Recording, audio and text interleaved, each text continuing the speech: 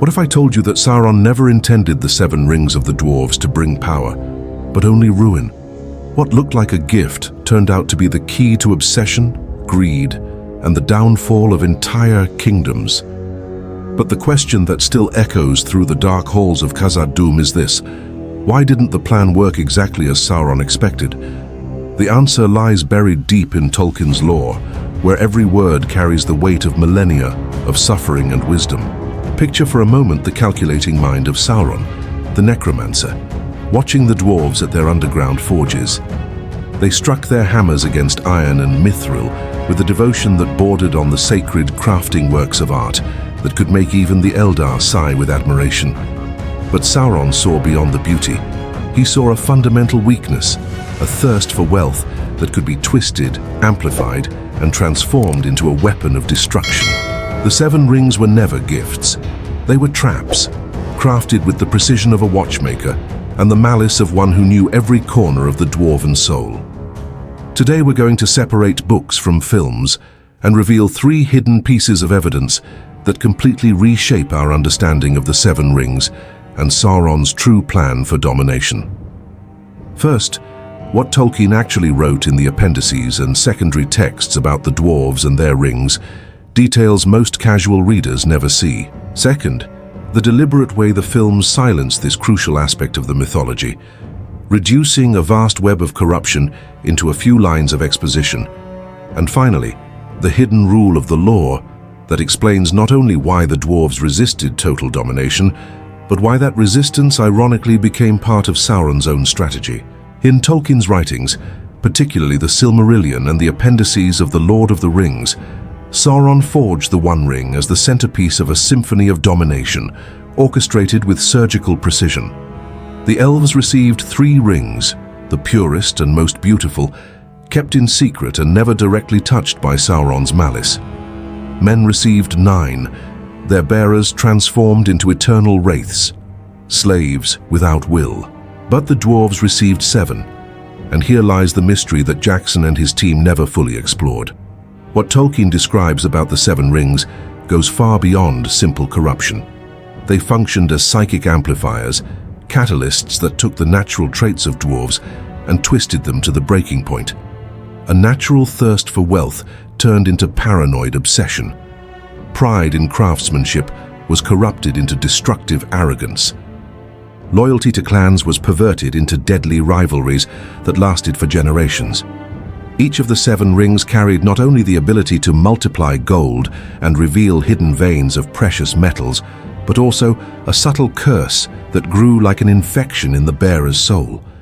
The dwarven king of Erebor, for instance, did not become a wraith, but perhaps something worse, a conscious prisoner of his own greed, able to see the ruin his obsession caused, yet powerless to stop it.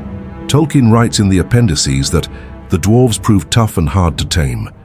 They could be moved to wrath and to greed, but not to shadows. That single phrase hides a fascinating psychological complexity. Sauron discovered that he could not enslave dwarven minds the way he enslaved men, so he shifted his strategy. Instead of creating obedient servants, he created agents of chaos, beings who spread ruin not by direct malice, but through uncontrollable inner compulsions. The results of this subtle corruption were devastating in ways Sauron never fully foresaw. Cursed hordes created by the ring-bearers began to attract dragons from across the north of Middle-earth. Smaug was not drawn to Erebor by chance. It was the supernatural gleam of treasure warped by the rings that called him. Likewise, the civil wars that erupted among dwarven clans were not ordinary territorial disputes, but conflicts fueled by magical paranoia that made every dwarf suspect his kin of coveting his treasure. Entire lineages fell, not in heroic battles, but consumed slowly in spirals of self-destruction. Families that had prospered for millennia shattered in mere decades. Master smiths who once forged works of incomparable beauty began producing only weapons of war, obsessed with guarding riches that multiplied magically yet never seemed enough. In Peter Jackson's films, this crucial aspect of Tolkien's mythology is reduced to a few lines spoken by Galadriel, delivered as necessary exposition, but stripped of the emotional depth the theme deserves. 7 for the dwarf lords in their halls of stone. The words pass through the narrative like water through a sieve, leaving only a vague impression that something important was mentioned, but never explored. This omission wasn't accidental, nor can it be explained away as a simple limitation of screen time. Jackson and his team made deliberate choices about which aspects of Tolkien's world deserved narrative and visual development. By focusing primarily on Frodo's journey and the war against Mordor, understandable from a dramatic perspective, they left a fundamental gap in the audience's understanding of Sauron's true nature and reach. By omitting or minimizing the story of the Seven Rings, the films inadvertently simplify Sauron, turning him from a sophisticated psychological manipulator into a more traditional antagonist who relies primarily on brute force and armies of orcs. The cinematic version loses the nuance of a villain who deeply understood the weaknesses of each race and adapted his strategies accordingly. Even more importantly, this omission erases one of Tolkien's most relevant lessons for the modern world.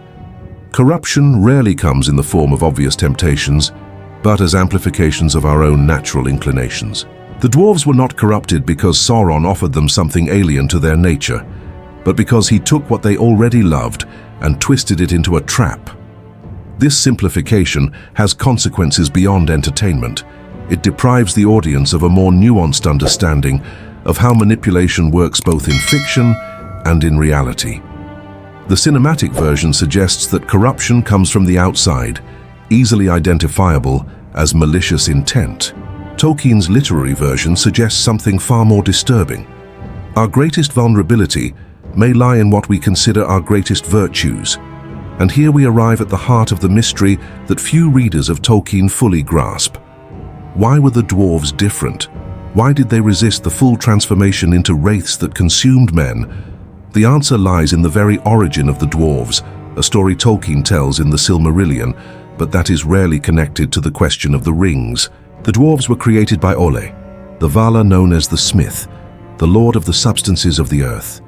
Unlike elves and men who were created by Eru Ilúvatar through the music of creation, the dwarves were born from Ole's impatience, his desire to have someone to teach his craft to before the arrival of the children of Ilúvatar. This unique origin not only explained their natural skills with metal and stone, but also gave them a fundamental resistance to spiritual domination. The resilience of the dwarves was not merely a matter of willpower, but an inherent feature of their spiritual nature. Tolkien writes that the dwarves were made to endure both fire and cold, and to withstand hurts of stone and earth more than other children of Ilúvatar. This resilience extended beyond the physical, creating a natural barrier against attempts at possession or spiritual transformation. Sauron discovered this limitation in the most frustrating way possible. His rings for men worked exactly as intended, creating eternal and obedient slaves. But when he tried to apply the same strategy to the dwarves, he found minds that simply could not be broken in the conventional way. It was like trying to sculpt water with a hammer. The material resisted the shape he sought to impose. But Sauron was no mediocre strategist. When he realized he could not enslave dwarven minds directly, he adapted his approach with the dark genius that defined him. If he could not control the dwarves, he could corrupt them. If he could not turn them into obedient servants, he could turn them into unwilling agents of chaos. The Seven Rings were then recalibrated to function not as instruments of direct domination, but as catalysts of self-destruction. Each ring acted as an emotional amplifier, tuned specifically to the natural tendencies of the dwarves. Their ambition for excellent craftsmanship turned into a paranoid obsession with perfection. Mining, once a form of communion with the earth, became a destructive compulsion that ignored natural limits. And gold, once valued for its beauty and utility, became a magical drug that bred dependence. To truly understand the dark brilliance behind the Seven Rings, we must try to see the situation through Sauron's own eyes. Imagine the Dark Lord in his fortress of Barad-dûr, watching the results of his experiment with cold, calculated satisfaction. I gave the dwarves what they most desired, and I did it in a way they could never fully suspect or resist. Endless gold, underground realms stretching beyond their wildest dreams, riches that would make even ancient dragons bow in reverence. I offered them the fulfillment of their greatest dreams, but I twisted those dreams until they became nightmares from which they could never awaken. I could not enslave their hearts as I did with men, that stubborn resistance they inherited from their maker, Aule. But I discovered something even more satisfying. I did not need to break them directly. I only had to give them the tools to break themselves. Each ring worked like a distorted mirror, reflecting their virtues back to them as uncontrollable vices. The proudest of their craftsmen became obsessed with perfection, forging works ever more elaborate, yet never able to finish them to satisfaction. The most devoted miners dug so deep, they awakened horrors that should have remained asleep in the roots of the mountains. The richest in gold hoarded such treasures that they became prisoners of their own vaults, unable to leave their riches unguarded for even a moment. And in the end, I did not need to kill them directly. I did not need to move armies against their fortresses or send dragons to destroy their cities, though the dragons came of their own accord, drawn to the supernatural glow of their cursed hordes. All I had to do was sit and watch as they slowly drowned in their own greed, as their families shattered in petty feuds, as their kingdoms collapsed under the weight of obsessions they themselves had fed. As with any serious analysis of a work as complex as Tolkien's, we must acknowledge that alternative interpretations exist regarding the seven rings that deserve consideration. Some Tolkien scholars defend a less strategic, more improvised view of Sauron's dealings with the Dwarves. This school of thought suggests that the seven rings were not part of a carefully crafted plan, but rather failed experiments that Sauron persisted with, even after realizing their relative ineffectiveness. According to this theory, the Dark Lord, accustomed to the success of the Nine Rings of Men, simply could not accept that an entire race might resist his power, at least partially. In this interpretation, the seven were products of Sauron's arrogance more than of his tactical genius. Proponents of this view point out that Tolkien never explicitly describes Sauron planning to use the dwarves as agents of chaos. They argue that the destructive effects of the rings may have been unintended consequences, side effects that Sauron simply tolerated once he realized he could not gain the total control he desired. Furthermore, some critics suggest that attributing overly complex motivations to Sauron risks diminishing his role as a personification of pure evil. They argue Tolkien deliberately shaped Sauron as a simpler, more primal force, corruption incarnate, without the need for elaborate psychological justifications. Yet this interpretation faces significant challenges when measured against the textual evidence.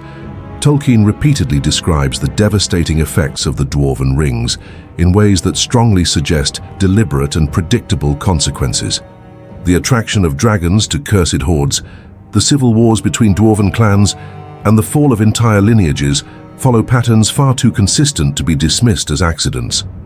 More importantly, Tolkien consistently portrays Sauron as a highly adaptive strategist. The very concept of the Rings of Power demonstrates a deep understanding of the unique natures and vulnerabilities of Middle-earth's peoples. It would be inconsistent with this established pattern to suggest Sauron simply clung to a failed strategy out of stubbornness. Behind this tale of cursed rings and fallen dwarven kings lies a profoundly human message that resonates across the decades since Tolkien first put pen to paper. The true genius of the narrative is not in its epic fantasy, but in its merciless mirror of human nature and the subtle ways we become our own worst enemies. The most disturbing lesson of the Seven Rings is that sometimes the enemy does not need to control us directly to utterly destroy us. All it takes is giving us what we already desire, but in amounts and intensities that transform virtue into vice. Sauron did not create dwarven greed. It was always part of their affinity for treasure and craftsmanship. He simply fanned a flame that already burned in their hearts until it became a firestorm that consumed everything they loved. This dynamic painfully reflects patterns we recognize in our own lives. How often do our greatest strengths become our greatest weaknesses when pushed to extremes? The dedicated worker who becomes a workaholic, destroying relationships and health. The protective parent who becomes controlling, suffocating the very ones they love. The perfectionist artist who never finishes a piece, paralyzed by the impossible pursuit of absolute flawlessness. Tolkien's dwarves show us that corruption rarely comes disguised as obvious evil. It comes dressed as amplified versions of our best impulses, whispering that we were always capable of more, that we deserve more, that we must guard more fiercely what we hold precious. The most dangerous trap is not the one that appeals to our base nature, but the one that appeals to our noble nature and twists it beyond recognition.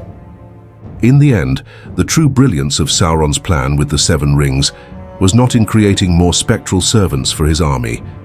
It was in demonstrating that there are forms of slavery far subtler and perhaps far more effective than direct domination of the mind. Sauron did not need to turn the dwarves into Nazgul, because he discovered something even more satisfying. They became willing slaves to gold, prisoners of their own obsessions, unwitting agents of chaos who spread destruction without ever realizing they were serving the enemy's designs. And in a note of irony, so characteristic of Tolkien's subtle humor, it is likely that even Legolas, with his sharp elven perception and knowledge of ancient traditions, knew this entire story, quietly observing while his companions in the Fellowship debated the mysteries of the Rings of Power, without ever connecting the dots that he could see with crystalline clarity. After this journey through the hidden layers of Tolkien's mythology, which of the three pieces of evidence resonates most deeply with your understanding of the legendarium? Was it the forgotten canon of Tolkien's writings, with its meticulous details about the unique corruption of the dwarves that rarely reach casual readers? Was it the deliberate omission of the films, which dramatically simplify the psychological complexity of Sauron's antagonism? Or was it the hidden rule of Dwarven, resilience, which transforms what seemed like a flaw in Sauron's plan into a brilliant adaptation that may have been even more destructive than his original intent? Each of these insights illuminates not only the internal mechanisms of Tolkien's fictional world, but also profound aspects of our own human experience. They invite us to examine our vulnerabilities, not just to obvious temptations, but to the subtle distortions of our own virtues that can lead us down paths of self-destruction. The story of the Seven Rings of the Dwarves remains one of Tolkien's most sophisticated examples of how evil works, not through brute force, but through the careful manipulation of what we already are.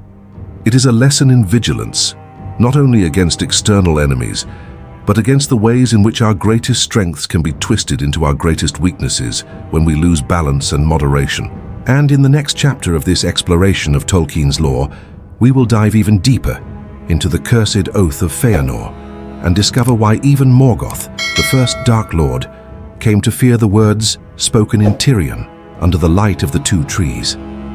Words that would define the fate of an entire age and prove that sometimes the greatest tragedies are born not from the malice of our enemies, but from the unchecked passion of those we love.